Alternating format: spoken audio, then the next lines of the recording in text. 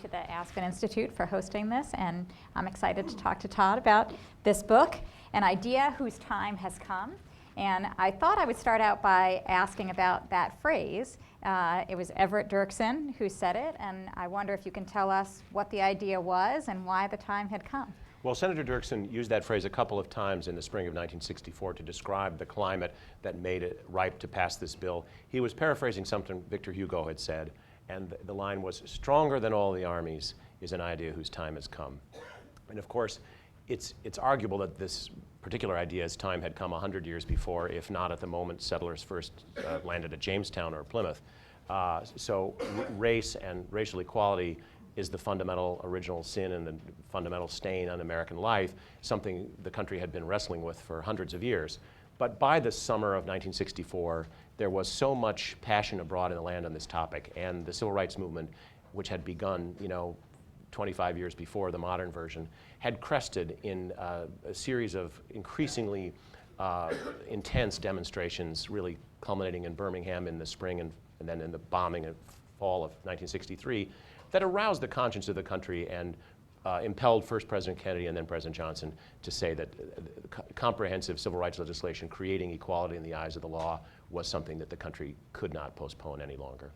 So when I was curious about the title and the subtitle and Everett Dirksen. So the story here that Todd tells is an amazing story of political maneuvering and political pressure and the inside story of how this bill was passed. So the two presidents are Johnson and Kennedy, and the two parties are obviously the Republicans and Democrats, although as we were talking about, they were kind of three parties, yes, or even four. The Democratic Party was deeply divided over this question, with the Southerners implacably opposed to any law.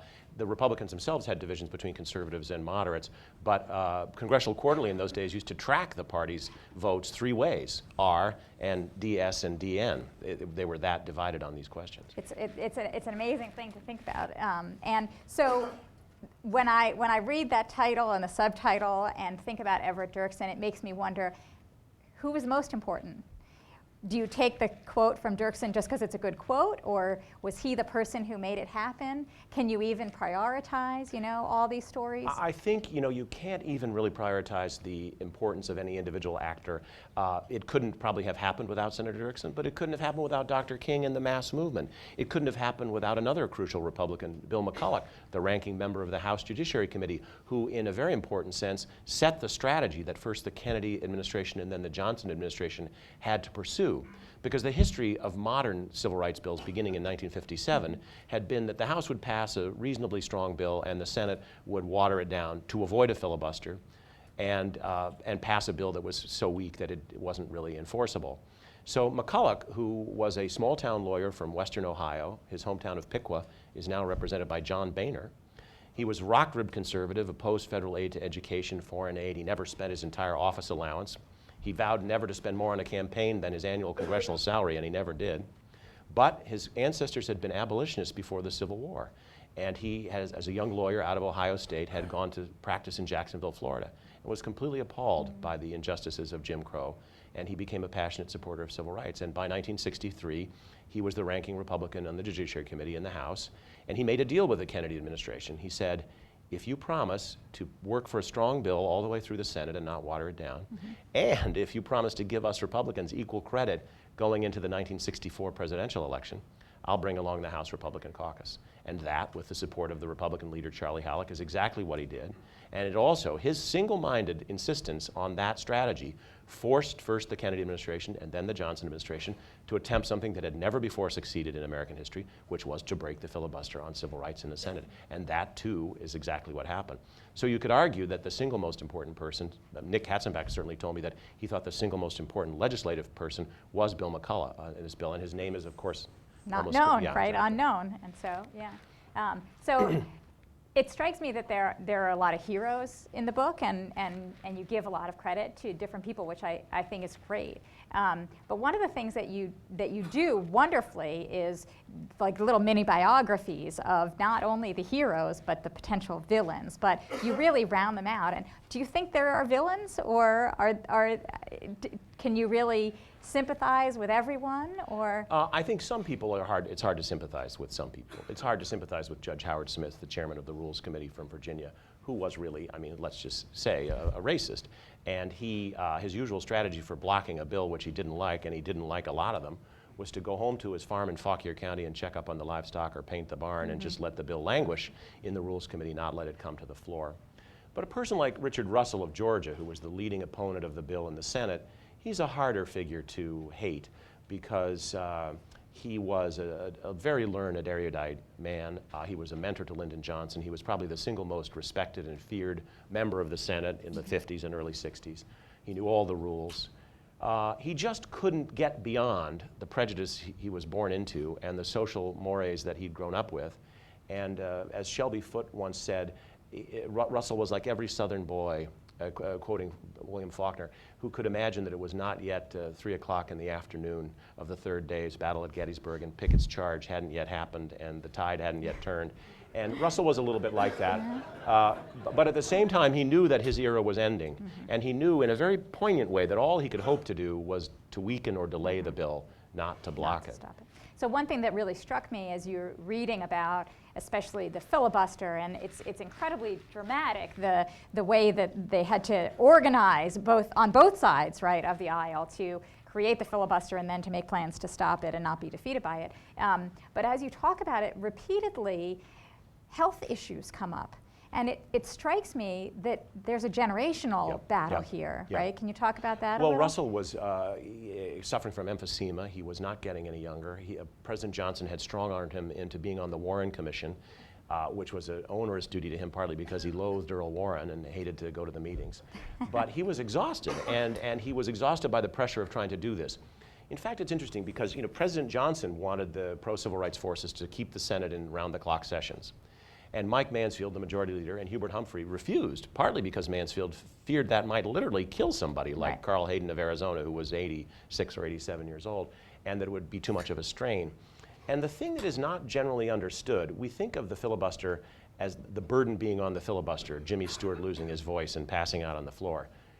The filibusters have it easy. The burden is on those who are trying to stop the filibuster, because the Southerners had to only have 3 or 4 members on the floor at any time, whereas the pro-civil rights forces had to be able to muster 51 live bodies for a quorum call on a moment's notice, or the Senate would be forced to adjourn, starting the whole process over again, letting the Southerners make even more speeches in opposition, and basically signaling that they were not organized enough to keep the ball rolling.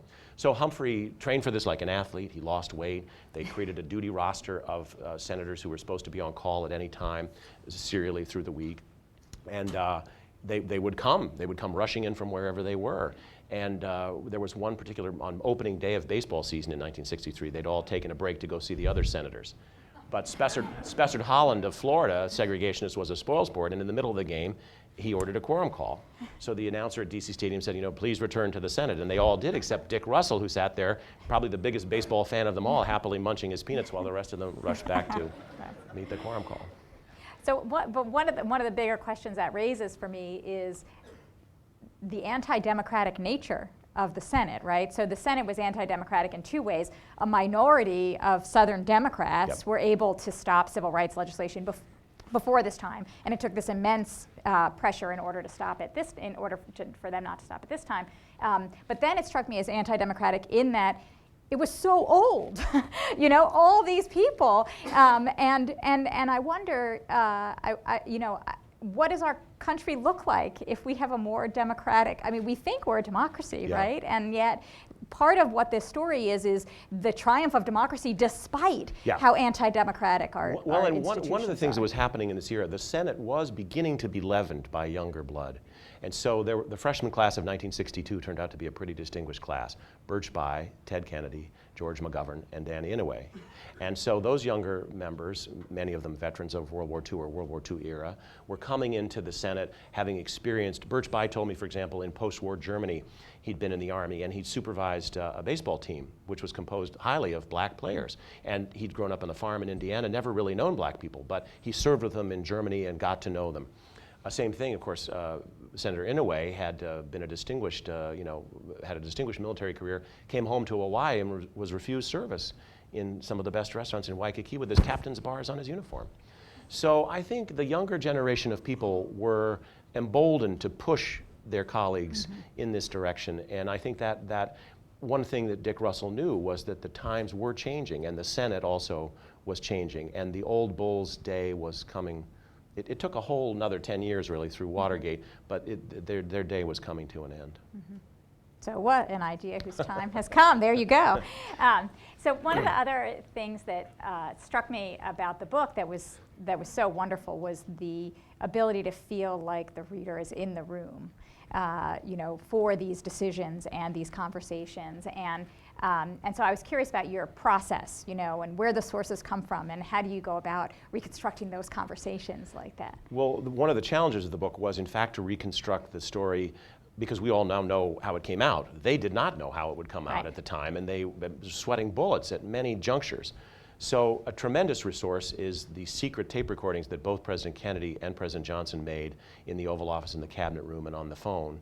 And they were horribly violative of every concept of privacy known to mankind, but they preserved an indelible indelible record that you don't have to guess what was said. It's there in black and white. And your institution, UVA, the Miller Center, has done a fantastic job of editing and annotating these tapes, and they're available both digitally and in a print format published by W.W. Norton.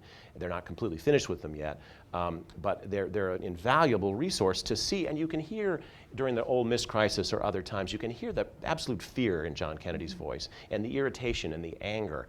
And you can hear Johnson calling up his colleagues, his Southern colleagues, not because he thought he'd change their minds, but because he thought he'd get intelligence about what they were thinking and where their hearts were as the debate was going forward.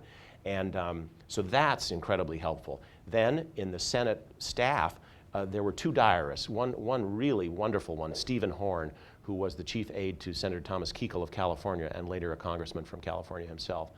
And he kept a daily diary of the internal meetings they had throughout the filibuster, and incredibly detailed reconstructions of dialogue and what was going on. And the humor is there, the exasperation is there, the fear. Senator Hubert Humphrey's chief aide, John Stewart, who's still very much alive and living in Knoxville, Tennessee, kept a more episodic diary on the Democratic side. So putting those two together, you can have a pretty good reconstruction of some of their internal meetings. And really writing the book would have been impossible without that. Senator Dirksen, for example, was not a saver. He didn't even keep an appointment book, so it's impossible to track whom he was meeting on any given day. And he did not keep a diary, and he did not keep detailed notes of deliberations. So it's lucky that there was somebody in the room who did. Doing that? Yeah. And do you think the sources affect how, obviously the sources are going to affect the story, but can you see ways that it does? Yes, I think so, partly because, Steve Horn, for example, was coming at this from the perspective of an aide to a liberal Republican who was all for the bill, who wanted it to be passed, who was working very hard to make sure that it would. And so I'm sure that's a different perspective than you would have found from, if you found the notes of the Southern Caucus, I'm sure you would have found a very different perspective about what the, but history's written by the victors, and these guys happen to be the ones who won. So. They were the victors. So let's talk about that some more. So one of the things that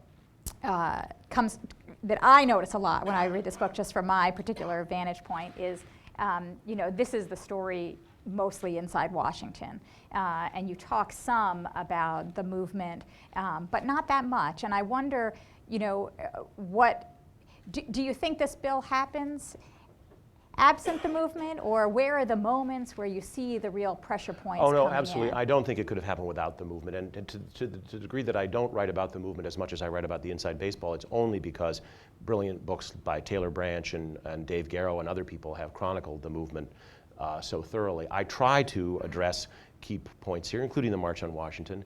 But another aspect of the movement that I had not really understood fully till I started my research, we think of Dr. King and the SCLC and the street demonstrations. We don't remember so much the massive interfaith coalition that was brought to bear in support of this bill by the National Council of Churches and the Leadership Conference on Civil Rights. And that effort was particularly sort of a pinpoint strategic effort to concentrate in the House and in the Senate on those, by and large, Midwestern Republicans and Great Plains states members who did not have large black constituencies, who would have no natural reason to be for civil rights, but who had a lot of Methodists and Baptists and Catholics and you know, even Jews, and would be susceptible to an appeal from their rabbis or from their preachers or pastors. And they had grassroots campaigns all around the country. They brought seminarians to stay round-the-clock vigils. They had daily prayer services on a Methodist church near the Senate during the entire pendency of the filibuster to keep this going. They had, for example, Jack Miller, a Republican senator from Iowa. He was lobbied by the Bishop of Dubuque. Carl Munt of South Dakota, a Republican who had no incentive to vote for cloture, was lobbied by the Methodists. And he was overheard to exclaim in the cloakroom one day after taking a pro-civil rights vote, "I hope that satisfies those 2 goddamn bishops who called me last night." And because the members of the Senate knew each other and knew their families so much better, Humphrey and Mansfield also knew that Mary Munt, Carl Munt's wife, was a strong supporter of civil rights. So every morning about 9:30 or 10 o'clock, when they were sure the senator had left home for the office, somebody called Mrs. Munt to give her talking points for the day that she was supposed to tell the senator when he got home that night. And I think, you know, we could use a little more of that today, probably. The real power behind the power.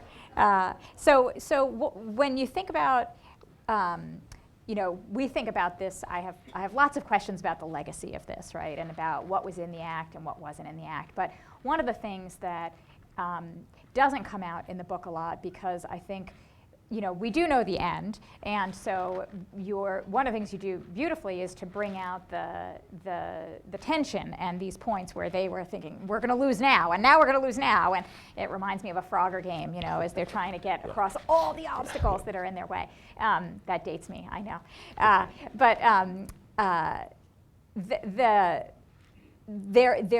It leads inexorably toward the product that comes out of this, right? And various aspects of the bill get ditched along the way that you talk about. But I'm curious about what the relationship is, in your view, between what movement participants on the ground wanted and what they ended up with. Well, it's important to remember that the movement participants were not monolithic in what they wanted. Absolutely. But generally, they wanted a whole loaf. They felt that this had been postponed for so long that they really wanted the maximum that they could get. And when the Kennedy administration proposed the bill in June of 1963, it was a kind of a minimalist bill. So as 1963 wore on and the Judiciary Committee held hearings that fall, the civil rights groups, in conjunction with the most liberal members of the committee, began to load the bill up with a series of provisions. For example, they wanted to make its voting rights provisions apply to state and local elections, which of course the Voting Rights Act did the following year, and it turned out to be absolutely necessary. But in 1963, the sponsors of this bill felt that would probably doom it in the Senate, if not the House, because it would just seem to be reaching too far, and start with federal elections and see where you go. Similarly, in the Title II, the public accommodations section that desegregated hotels and public places, the most ardent supporters wanted to apply that to law firms and barbershops and things that were seen as, you know, personal service firms that were controversial in some people's eyes and thought better left alone. McCulloch, for example, did not want it to apply to those kinds of things. So the bill got loaded up with a number of those things in October of 1963, and really the last political act John Kennedy had to engage in was to walk the liberals back from that posture in a very brave way, because he was arguing against his own, you know, his own basic beliefs.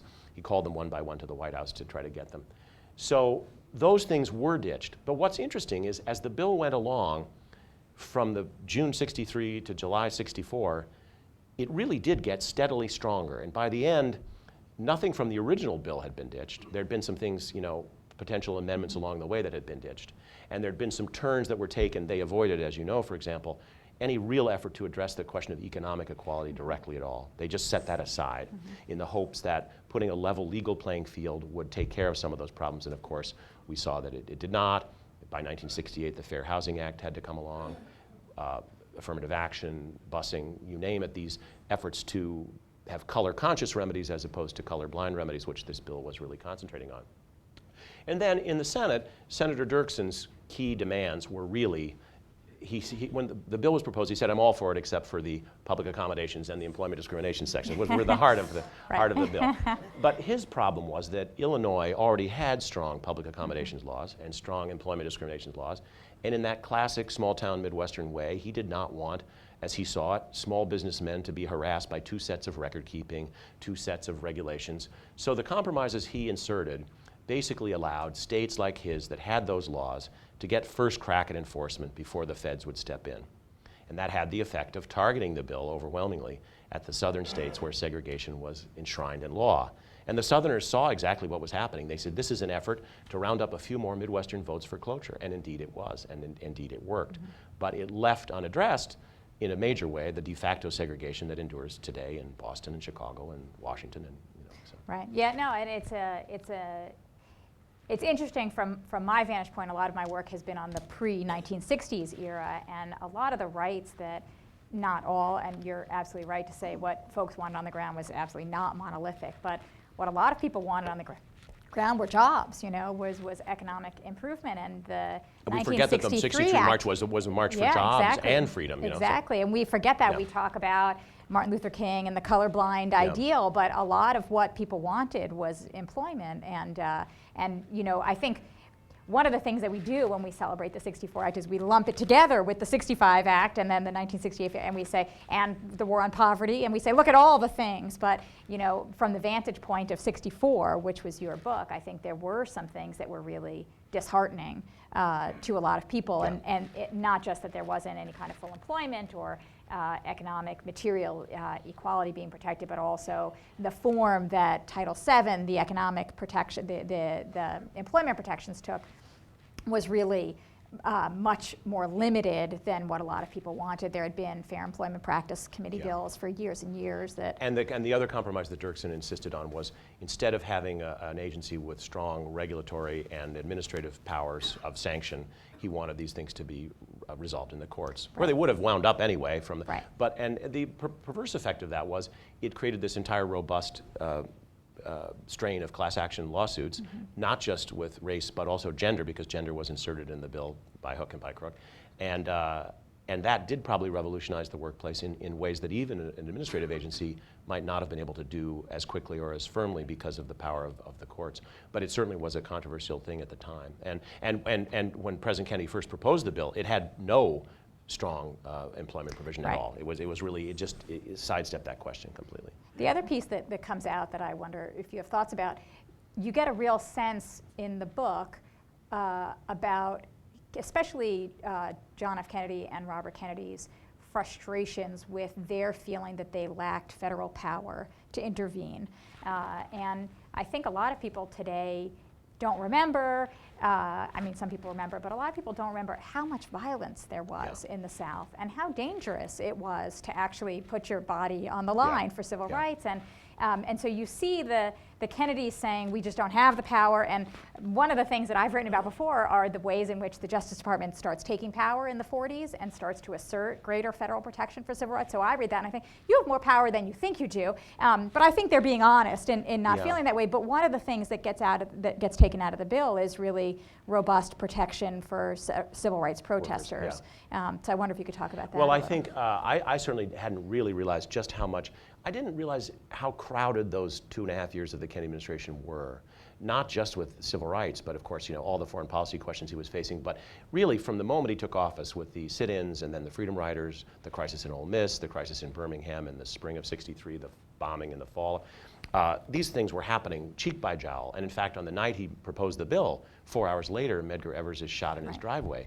So it was a tremendously fraught time. And I think they were torn between believing they did not have adequate authority to intervene in some of these matters. I think they were ambivalent about wanting the authority to protect demonstrators. They're clearly, Robert Kennedy and Burke Marshall and others were not sure that was an appropriate function of the federal government, in part because they felt it would absolve states from ever taking responsibility for the administration of the laws. And as we know in our country, policing is fundamentally a state and local function. We don't have a national police force on purpose and by design. And the whole use of troops was, in the beginning of the 60s, inconceivable to Bob Kennedy. And of course, Ole Miss proved that they had to do that. And in the end, in June 11th, 63, the desegregation of the University of Alabama was accomplished by the federalization of the National Guard, and George Wallace allowed it to happen peacefully. But I think they had a great deal of ambivalence about what they wanted to be able to do and what they could do. And I think you're probably correct in the sense that they didn't absolutely push the envelope in all the ways they could have. And in fact, some of the Southern senators said to them, how many of these cases have you brought on these matters? And their answer was Southern juries wouldn't look with favor, but Sam Ervin and others had a point in saying that the Justice Department, certainly in the end of the Eisenhower era and the beginning of the Kennedy administration, had not made maximum use of the laws already on the books. Right. And when you read newspapers from the time about protests and arrests, and there's constant, and we telegram the Department of Justice, and they're investigating, and then most of the investigations go nowhere. Although I think that the fact of being able to telegram and being able to get an investigation was actually more than had happened in the past. So even though there was, disappointment that more wasn't done, there was still. But I guess one of the things I wonder about, and I don't know if you have thoughts about this, is why in the bill is that something that just falls out, right? So you do have the Attorney General retains power to bring lawsuits in school desegregation cases, but not the power, which a lot of the protesters wanted, to bring other civil rights actions that was originally in Title III, I think. Yeah, confess, I'm not really, I don't have a succinct answer for that, so I've got to go back I to ask you because I don't either, right? When you think about all the things that could be, I don't ask you, as a matter of like fact. I ask you of all the things that people wanted and people didn't want to give.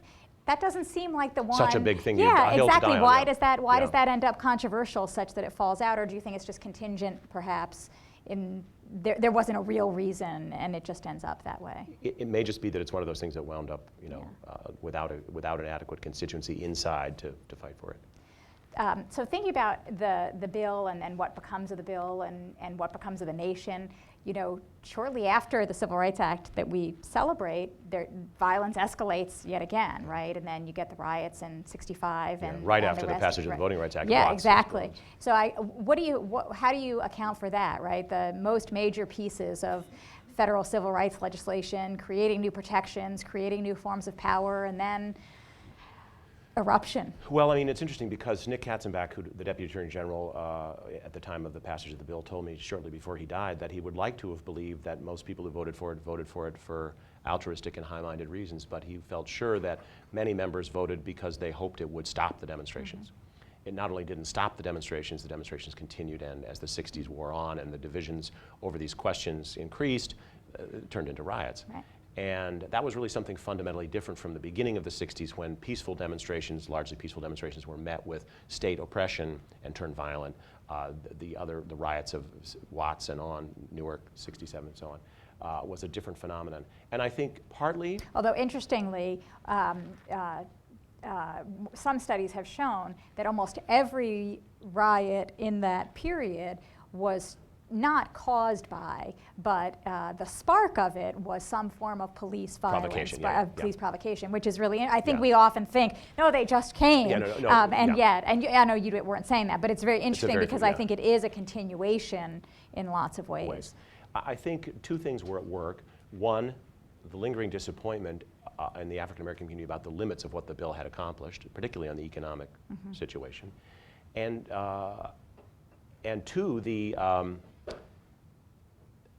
inability of the government to grapple with some of these questions and the backlash that ensued. I think the perverse reality of this bill is, as I said, it was the high watermark of consensus, but President Johnson and Senator Russell agreed that would also deliver the South to the Republican Party for the foreseeable future.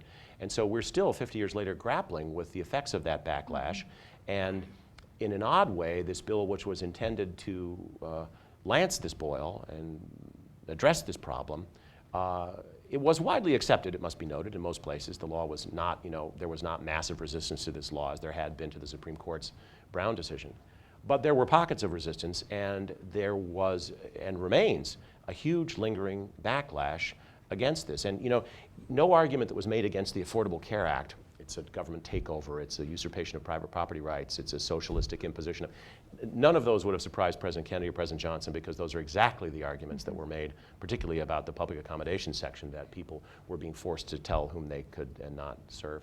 So I think it's partly the backlash effect that that proved how just unfinished the business really was.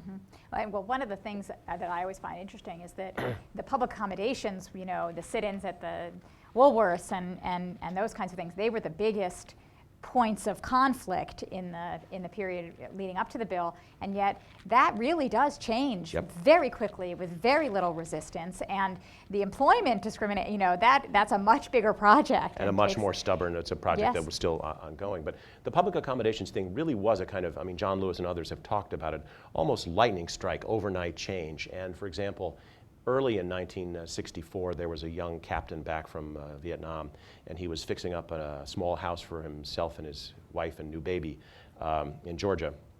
And he was exhausted, and he went to a local drive-in, tried to get a hamburger, and the waitress came out and said, "Are you a Puerto Rican?" And he said, "No." And she said, "Are you an African student?" He said, "No, I'm an American Negro. I'm in the Army."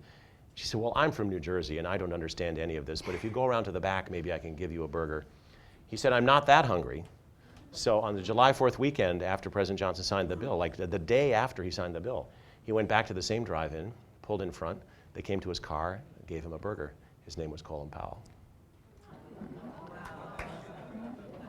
It's quite a story.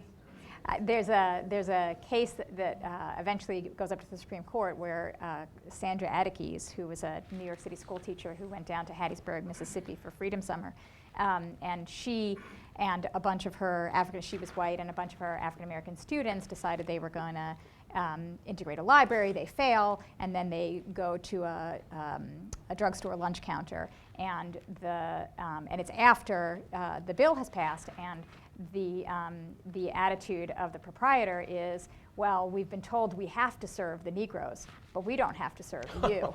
And so they don't serve her, and that was one of the responses was, well, we don't have to serve the white people. And of course, they all leave because that's not what they were looking for. But they said, we hear the letter of the bill, and but even that, I think, does change, doesn't change instantly, but it does still change really quickly. It's interesting. James Carville told me this spring, he said, "Do you know what the first action the Board of Trustees of the University of Louisiana took when the bill passed?" And he said, "You'll never guess, but when I tell you, it'll make perfect sense." I said, "No, what is it?"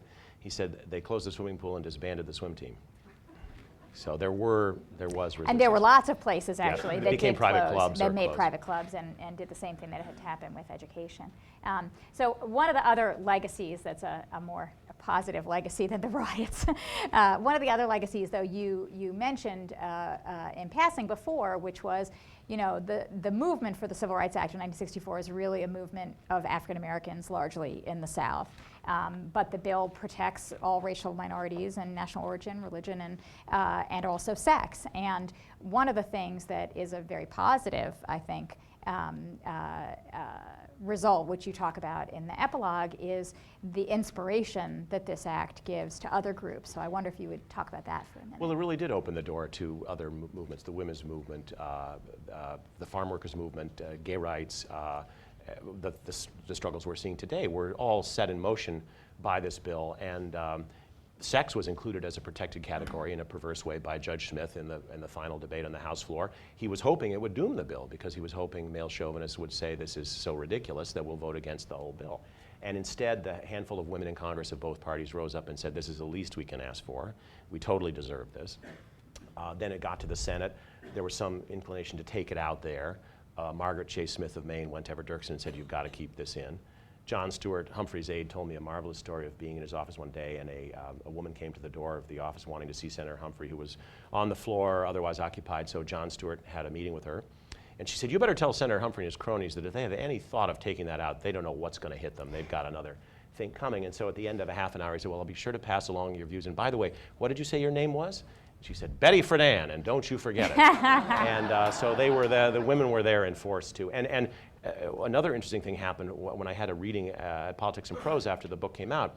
A man who had been a young Justice Department lawyer charged with liaison with the Equal Employment Opportunity Commission said that they were stunned in the summer of 1965 when the commission got up and running that by far the first wave of complaints were gender-based complaints.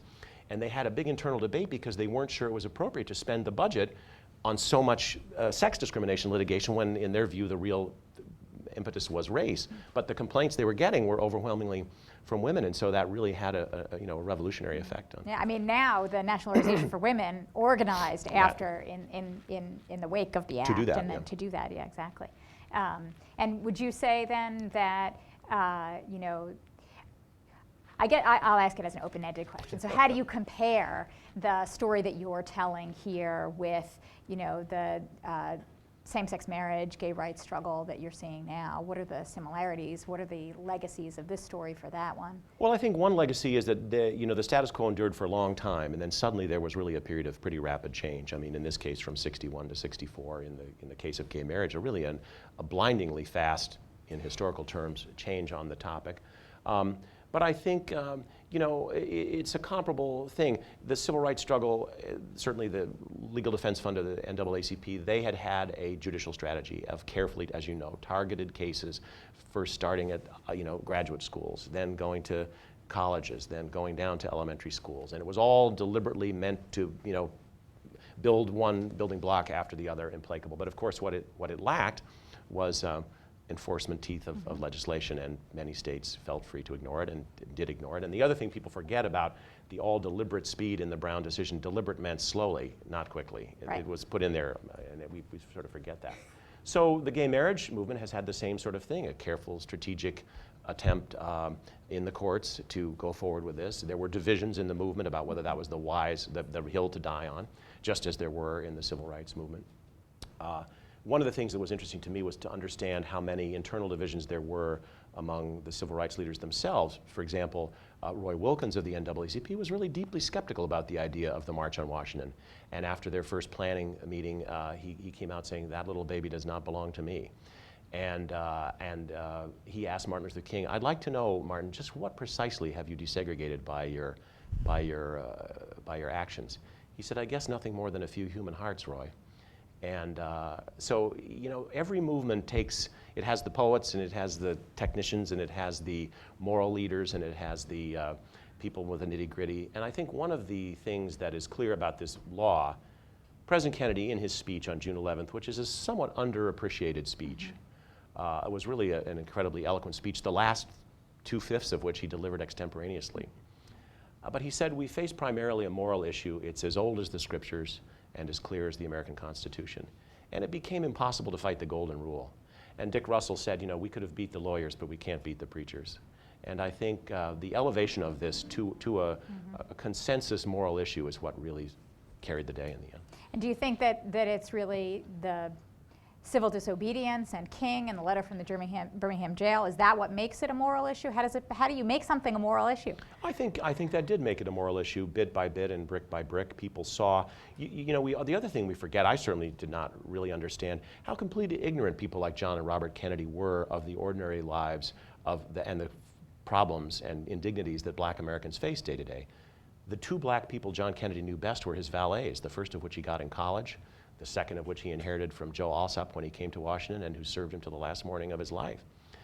In the 1960 campaign, he was running in San Francisco. A black dentist said to him, "Senator, how many black professionals do you know?" He said, "I don't know 5 men of your caliber whom I could call by their first name, but I'm trying to do better." And as the demonstrations went on, and Kennedy said in a felicitous phrase that the sit-ins were in the oldest tradition, but instead of standing up for their rights, people were sitting down for them. And I think I know he came to see, and so did Robert Kennedy, that this was unfair. Mm-hmm. And they both got their Irish up, and they both got angry, and they felt, this is just not sustainable. And I think one of the things people ask often is, would the bill have passed if President Kennedy had not been assassinated? And I think it would have, because he was so engaged, he'd put so much of his own prestige on the line, and he didn't like to lose. And I don't think he was in the mood for a humiliation. So it's not clear it would have passed in exactly the same form or in exactly the same time, but I don't see how he could have walked away from it. My last question, then I'll open it up to the audience, is the maneuvering that you talk about and the bipartisanship especially that you talk about. Can you see it happening today? It's hard to see how Norma Maybe knows more that's- about this than any living person. Maybe that's a loaded It's, question. it's hard to see how it could happen because the structure of politics is so different today. The districts are all redder and redder and bluer, and as we saw on Tuesday, the fear is that you're going to get a primary from the right or the left, not that you'll have a problem in the general election. The Republican Party in 1963 and 64 took very, very seriously its heritage as the party of Lincoln. To the degree that civil rights had been an issue in the 20th century for either party, it was really a Republican issue. The Republican platform of 1960 had been virtually identical to the Democratic platform on civil rights. Richard Nixon wept bitter tears when the '57 Civil Rights Act was weakened and the jury trial provision was inserted. And members, you know, it's easy to over-romanticize the past, but members genuinely did know each other, like each other, work with each other across the aisle. Charlie Ferris, who was Mike Mansfield's chief counsel in the Senate, told me that he had to be terribly careful when he would draft legislative strategy memos because he knew the first thing Mansfield would do would be show up to Dirksen. So he couldn't, you know, he had to save that for the oral briefing if he wanted to have. And what happened because the Senate Judiciary Committee was unwilling to consider the bill, Jim Eastland just wouldn't do it, they had to create this ad hoc committee, which was made up of senators and their aides and Justice Department aides, who met day after day in Dirksen's office as a sign of respect for Dirksen as the man, the linchpin of the negotiations. He had a room at the back of his office called the Twilight Lodge. It was stocked with a full bar. It had a clock on the wall, and every hour on the clock was 5. So it was always a perfectly appropriate time for a drink. And it's quite clear that they were well lubricated and worked hard on this bill under the influence of distilled spirits from time to time. And I think one of the things also, one of the striking things that happened is on the day cloture was voted and Dick Russell was defeated, the person who walked him back to his office was Clarence Mitchell, the chief lobbyist of the NAACP, in what could only be called an act of kind of grace. And Russell said, you know, Clarence, because Humphrey and Mansfield let us have our say and let us lose fair and square, we'll go home and tell people, you know, this is the law of the land and it has to be obeyed. And I think it's a remarkable testament to the really basic decency of those people that happened. And decency doesn't seem to be in great supply today. The culture has certainly changed, right? So questions? I believe there's a microphone coming around, so when you get it, you can state your name and use the microphone right back there. Adam Clymer. Todd, an excellent presentation as a book. I wonder if you've seen All the Way in New York, the play, and what you think about the sense that comes through there and in high school history books that this is almost all Lyndon Johnson's doing. Your book doesn't say that. Is there any way to broaden the understanding of the American public about it? Yeah, Adam, it's a great question. The question is All the Way, the play now on Broadway, really makes it seem that this bill is almost the single-handed work of Lyndon Johnson. I'm sorry I haven't seen the play. I know it's getting ready to close. I've been so running around the country flogging this book that I haven't gotten to New York to see it. But one of the things that the play takes liberties with, it suggests that the compromise, in a compromise to get the bill passed, Johnson jettisoned some of the voting rights protections in the bill, and that just isn't true. That didn't happen. And I think it's easy to, Johnson gets all the credit he deserves. He just gets credit for the wrong things. He wasn't twisting arms and micromanaging the process because he knew he couldn't. He knew his former colleagues in the Senate would resent it. And remember, when he became vice president, he made a brief effort to continue to preside over the Democratic caucus. And Mike Mansfield even supported the effort. But his colleagues, Al Gore and others, said this is ridiculous, and he was humiliated. So the tapes, one of the things the tapes conclusively show is that Johnson was chomping at the bit at the strategy of Humphrey and Mansfield to let the Southerners talk and let them have their say. He wanted to hold round-the-clock sessions, try to exhaust them. He was constantly complaining that I never saw such a no-good outfit. They're running 9 to 5 up there. We're never going to get this passed, and they're not going to be able to blame me because, you know. And the other thing that's interesting is Johnson clearly wanted the bill passed, and he never wavered in his public or private support for it. Dirksen came to him seeking a sort of a grand bargain. Johnson sent him away after 20 minutes empty-handed. So Johnson stood firm and was what one Senate aide called the shotgun behind the door. He did help round up some votes for cloture, Carl Hayden, if it was needed, and other people. But he was not in the day-to-day thick of things in that image we think of him leaning over Theodore Francis Green in the Johnson treatment, pushing him, you know, back into the table. He wasn't doing that at all. So I think, I don't know, we tend to oversimplify, everything in the telling of the top line of history. But I think it's useful to remember that this bill happened not because of 1 or 2 people, but because of 500 people and 5,000 people, and there's plenty of credit to go around. And at the time, it was Everett Dirksen's picture on the cover of Time, not Hubert Humphrey's, and Hubert Humphrey was just fine with that because what he wanted was the bill. He didn't care nearly so much about the credit. Up here.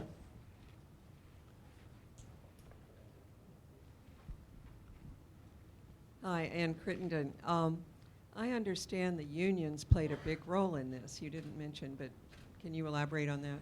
They did play a big role, and they played a role. They were not so useful, for example, in the Midwest or the Plain States where there were not a lot of union activity going on. But they were the shock troops to do things like, when the bill was on the floor of the House, the challenge was to fight off any weakening amendments. And because the House in those days considered legislation like this in the committee of the whole, votes were not recorded by name, by and large. And they either were voice votes or show of hands, or people came down the center aisle of the well of the House in what was called a teller vote, and they were tapped on the shoulder by counters for each side. And the people in the galleries watching couldn't take notes. So they had to, first they had to know the face of every member, they had to remember how the vote had gone, they had to keep a running tally in their heads, and then they had to have an ability to go around the House office buildings while the vote was pending, and it wasn't electronic voting in those days, and round up friendly members who could be brought to the floor to defeat any hostile amendments. And the key of that effort was a young woman from the graduate school at Berkeley for the Amalgamated Clothing and Textile Workers named Jane O'Grady, still very much alive, living in Glover Park. And she supervised a group of kids called O'Grady's Raiders. And they would literally run around from office to office, rounding up members. They'd go to the gym, they'd go to the Library of Congress, they'd find people wherever they were. And after about 3 days, the members were so exhausted, they'd say, I'm coming, already. You don't have to. So she felt so bad at the end of the process that she stayed up all night with a friend of hers, baking vanilla sugar cookies frosted with chocolate equal signs to take around to all the members. And of course, the unions were instrumental in the March on Washington, except for George Meany, who didn't want to participate. He thought it might turn into a riot. He closed the headquarters of the AFL-CIO and barricaded them and wouldn't let members participate. But the Reuther brothers were very crucial financially and in logistical terms. And certainly in terms of the broader lobbying, the public lobbying for the bill, the unions were absolutely. That's a real problem with progressive legislation now, that the weakening of the unions takes away a lot of that. I think that's probably true, and it must be said that even then there were divisions between the skilled unions and the unskilled unions over questions of race, and it was not always a straightforward thing. And divisions between the top level union leadership and rank and file workers too. Mike Vassetti, congratulations. I find it ironic and sad that, because I hadn't heard the story, that McCulloch demanded from Kennedy or got from Kennedy the promise of equal credit to the Republicans, but their nominee for president voted against this thing, and the Republicans who, I think Eisenhower actually carried the black vote in '56. Nixon did pretty well despite the phone call to Martin Luther King, and they've been running at 10% ever since. No, I mean, it's a perverse thing that one of the 6 Senate Republicans who voted against the bill became the standard bearer 2 weeks later in San Francisco. And, it's impossible to imagine that that bill passed the Senate 73-27 with 27 out of 33 Republican votes. The Senate couldn't agree on the shape of a table by that margin today. And in proportional terms, I mean, there's a wonderful phone call where Johnson's asking Humphrey how the vote tally's going, and he said he thinks we've got 26, 27 Republican votes for sure. He says, well, they're doing a little better than we are in proportional terms, aren't they? And they certainly were. Although one of the interesting things about Goldwater, I think, is, and there's a lot of new scholarship on this among historians, is the story we usually tell is that conservatism comes out as a backlash to the civil rights movement into the late 1960s. And Goldwater's rise in '64 is an indication, in the earlier years, is an indication that actually conservatism and the right was actually growing well before the identification of the backlash, and that when that moment comes, there's already quite a lot of organization on the ground, and there's already quite a well-developed conservative agenda that then gets put into play. There's a great book by Jeffrey Kabaser, it's called Rule and Ruin, about the Republican Party's rightward drift beginning in the early '60s, and it's really worth reading. Yeah, over here.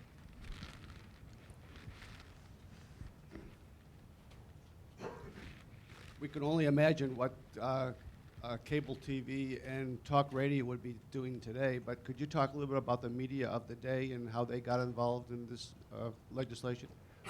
It's a very good question, and the question is the media's role in covering the bill.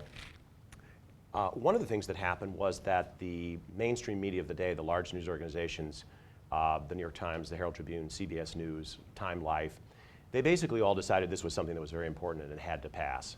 And Andy Glass, my political colleague who was covering the bill for the Herald Tribune, told me that Jock Whitney and the Sulzberger family had really made a decision that this was something that their organization should get behind. So they ordered up blanket coverage. And whether there was any particular development any day or not, there was a page one story about the bill virtually every day. It was making its way through the Senate. And Roger Mudd of CBS really revolutionized congressional television coverage. He was on the steps of the Capitol all day long for something like 7 different newscasts, which he was delighted to do because in those days you got supplemental income for every extra one you made. So he actually kind of, I think built a swimming pool or something off of what had happened. But of course there was no C-SPAN, there were no cameras, there were no cameras on the floor. And on the day of the final vote, he had created a jury-rigged system in which he had his producer was talking through his earpiece, who was talking to someone in the telephone, who was talking to someone in the Senate press gallery, who was relaying the vote by vote, and he said they were never more than about 9 seconds behind the actual vote. He was out there in all weather. I think when the bill was passed, CBS took a full-page ad in the New York Times showing him going from his overcoat to his seersucker suit to whatever he was wearing as it went on. A remarkable series of public service ads were made by the Time Life News Service featuring people like Lena Horne and other celebrities in support of the bill. So I would say there was very sympathetic, consistent coverage.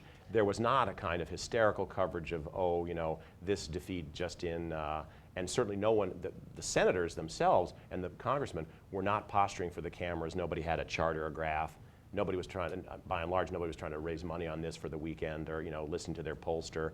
Part of the reason it happened is that the crucial negotiations could occur fundamentally in secret and outside, in some ways, even the normal committee process. I think that was actually really quite crucial in getting it done because the staff aides who were there tell me that people were able to float an idea or suggest a compromise that their own constituency might have gone nuts about if they'd heard in public, but then that would lead the other side to say, well, okay, we can meet you here on that, and their constituency would have gone nuts about it. But because it was happening in private and nobody saw it till it was all soup, they got it done. Between the litigation strategy by the Inc. Fund and other advocates and what was going on in Congress and what that conversation was. You mean the litigation strategy of Brown and all that line of things versus what was going to happen with this bill? Was that Congress stepping in to assert its primacy in these policy areas in reaction to what was going on in the courts, or was it really a freestanding? I think Risa probably knows much more about this than I do, but my thumbnail answer would be that in the 10 years after Brown, the Inc. Fund and others that realized the limits of judicial enforcement on these questions and understood that finally there would have to be legislation and the congressional branch would have to take action or it would not be accepted, it would be meaningless. And I think in Professor Ackerman's new book, I'm going to get this wrong, but didn't Justice Brennan deliberately decide not to have the court hear a case over the question of public accommodations as this bill was pending in his own hope that the congressional action would be stronger and firmer? I think there's something that was happening in 63 and 64 with a potential case pending before the court in which the liberal justices deliberately decided to postpone it and let Congress act first, I think. Right. Yeah, people talk about the court, the judiciary is the least powerful, right?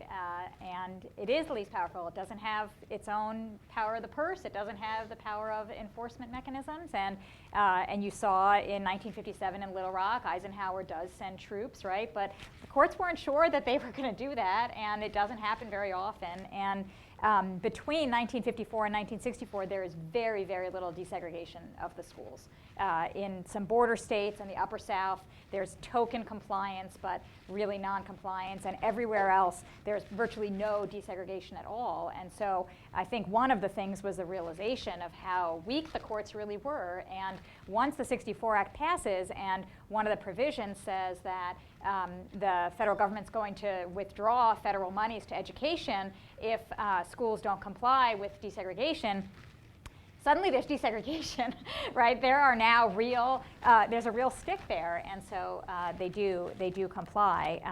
So I think there's a realization on the part of the movement, I think there's a realization on the part of the courts and of Congress and the president that the court was out there by itself. Now the court kind of made its own problem, because in the wake of the Civil War, after the Reconstruction Amendments, and Congress passed lots of civil rights protections, the court eviscerated them and made it impossible for African Americans to participate in politics, validated segregation, and so the only entree into real change was the courts when the NAACP went for the courts starting in the 1930s, but then there was a real limit to that. And I think, Reese is right that Title VI, the cutoff of funds provision, was in some ways the single biggest bet and wire of some senators. Albert Gore Sr. of Tennessee ultimately, he wanted to have it both ways like someone else named Al Gore, but he voted against the bill because of that provision alone. And the Southerners knew the power that provision would have, because it would deprive their white constituents of badly needed funds as well. So they knew they'd have no choice but to accept it. In the front. Norm Ornstein. Todd, the world has changed dramatically in the 50 years. We have the 50th anniversary of the Loving decision. Interracial marriage is just not an issue anymore. But in the aftermath of the Shelby County decision, and with the now almost political and racial segregation returning to the South, I've just been hearing about and reading about Jarvis, Texas, a small town that has a fairly equal division between African Americans and whites, where you've seen whites manipulate the process to fire a black police chief, eliminate the people from the city council, economic discrimination and intimidation. It would make Bull Connor, I think, even wince a little bit. Almost all of the districts in the South especially are almost completely racially segregated. And it's now the base of the Republican Party. Do you see us, this as a minor skirmish in a longer battle, or are we going to return to a situation where there's a very stark difference in racial relations between the South and the rest of the country, and perhaps other court decisions that'll take us further back towards something that we thought we had lost? Well, that's a really good question. It's probably, in a sense, the question. I think the Attorney General is probably very concerned about what you just say, and I think he's determined in his remaining time in office, was it 9 states that in the wake of the Supreme Court decision have kind of taken efforts to restrict the franchise. And one of the lessons of this bill is that the Reconstruction Congress thought it had dealt with this. The Supreme Court overturned the thing and enhanced it with Plessy. So each generation, it falls to each generation to fight these battles all over again. My own personal sense is that what's going on now is more than a skirmish. It's a real opening shot in what could be a whole nother war, and it shows the durability of this problem, the durability of underlying disagreement and racial tension. And there are Southern Democrats still, they're just called Republicans now. And I think the party's deliberate strategy in the 80s and 90s of packing and cracking these Southern districts to create supermajority black districts to satisfy the voting rights requirement that, and in the meantime, all the other districts are lily white and virtually guaranteed to elect Republicans. There was just as of last week, right? All 11 states of the old Confederacy now have Republican governors for the first time since Reconstruction. So, and this isn't to say that all Republicans are, racist, or that, but it's a problem that is a structural problem of comparable proportions to the structural problem they were facing 50 years ago. And I think it's taken a long time to get to this point. It's probably going to take a long time to unwind it.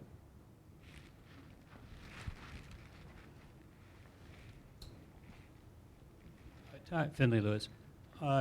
You talk a little bit about the Fair Housing Act of '68. How did that become the Fair Housing Act? Was that split off from the original bill? What were the politics that led to having to pass fair housing Separately. 4 years later. You know, Finley, I really don't know enough about it to speak to it intelligently, except to say that the whole question of housing had been a very controversial one from the beginning. And John Kennedy, campaigning in 1960s, famously said that you could address discrimination in federally supported housing with a stroke of a pen. And he came into office and suddenly realized it was a little more complicated than that. He didn't do anything about it for months on end. Harris Wofford recounted how people began sending pens into the White House saying, "What have you done?" You know. And You must not have a pen. There were so many pens coming that they finally shipped them off to a home for the mentally retarded because they didn't want to. They wanted to get some use out of them. Where people live is one of the bright lines, always a controversial line. Of course, what we face now is a lot of self-segregation that continues.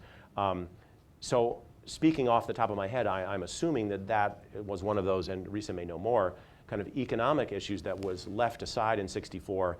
Interestingly, though, very much the same cast of characters came back together in '65 on the Voting Rights Act, and then again in '68, Dirksen, McCulloch, and so forth, to pass that bill. But I assume they left it for later because it was a thornier question, but I don't really have the knowledge to. You know, one of the things that they do in the '64 Act is they draw, partly for constitutional reasons, but they draw pretty bright lines about the public versus the private, right? And so public accommodations are going to be covered, and larger employers, at least 25 employees, are going to be covered. But there's a sense that when you get into a sphere of privacy, then that is inviolable. Small boarding houses, Mrs. Murphy was exempted. Right, and in the hotels and motels, right? And housing is really tricky for that reason, right? And becomes incredibly controversial. Although ironically, one of the few things that the Supreme Court was willing to protect in the early 20th century was it struck down residential segregation laws. That was one of the very few things that it saw as problematic. So, anyway, go ahead. You need to wait for your. Bernie Aronson. My dad founded the Leadership Conference on Civil Rights with A. Philip Randolph and Roy Wilkins. Oh, sorry. Okay. My name's Bernie Aronson. My father founded the Leadership Conference on Civil Rights with Phil Randolph and Roy Wilkins. And I was, among the unsung heroes that, I don't know if it's in the book because I haven't had the chance to read it yet, though I look forward to it, are Randolph and Bayard Rustin. And people assume the March on Washington was Dr. King, but in fact it was originally conceived by Phil Randolph in '41 to pressure the Roosevelt administration successfully to put a Fair Employment Practices Committee non-discrimination executive order. And Bayard was the organizer. And I was just wondering if you might talk a little bit about their history. They also brought a lot of the AFL-CIO money because he was the president of the Sleeping Car Workers. But no, I do recount his role, and it's absolutely vital. And of course, he had been talking to presidents, when John Kennedy was practically in knee pants. And it is absolutely his threat in 1941 to have, that's the first March on Washington. And it gets the FEPC, which is drafted by Joe Rao, who later goes on to be, with your father, part of the Leadership Conference Council. And two things are interesting about Philip Randolph. One is his tremendous stately dignity and the authority that he brought to the situation. So, for example, when it was very controversial to put Bayard Rustin in charge of the march because of his homosexuality, because of his left-leaning connections, other questions, and Roy Wilkins was very nervous about it, it was Phil Randolph who said he's the person is going to do it, and that's the end of the story, and everyone accepted it because his prestige was so crucial. On the day of the March on Washington, when John Lewis's initial draft had been so fiery that the Archbishop of Washington threatened to not deliver the invocation if these lines about marching through Georgia, the way Sherman marched through Georgia, were delivered. It was Philip Randolph who pleaded in the little room behind the Lincoln statue with John Lewis to change his speech. And I think the record is pretty clear in John Lewis's own telling that it was Randolph's enormous prestige and 30 years of working on this problem that made him bend. And of course, it was Philip Randolph who introduced Dr. King at the March on Washington when he made his speech, and he described him as the moral leader of our nation, Dr. Martin Luther King, Jr. And then King stepped up to the microphone. From his own experience, Well, we have many more questions, and I'm sure Todd has more to say, but we are out of time. He will be outside signing books. So thank you all for coming and for a wonderful conversation. Thank you so much. I Thank you. really That was appreciate it. great. Really fun. Thank you.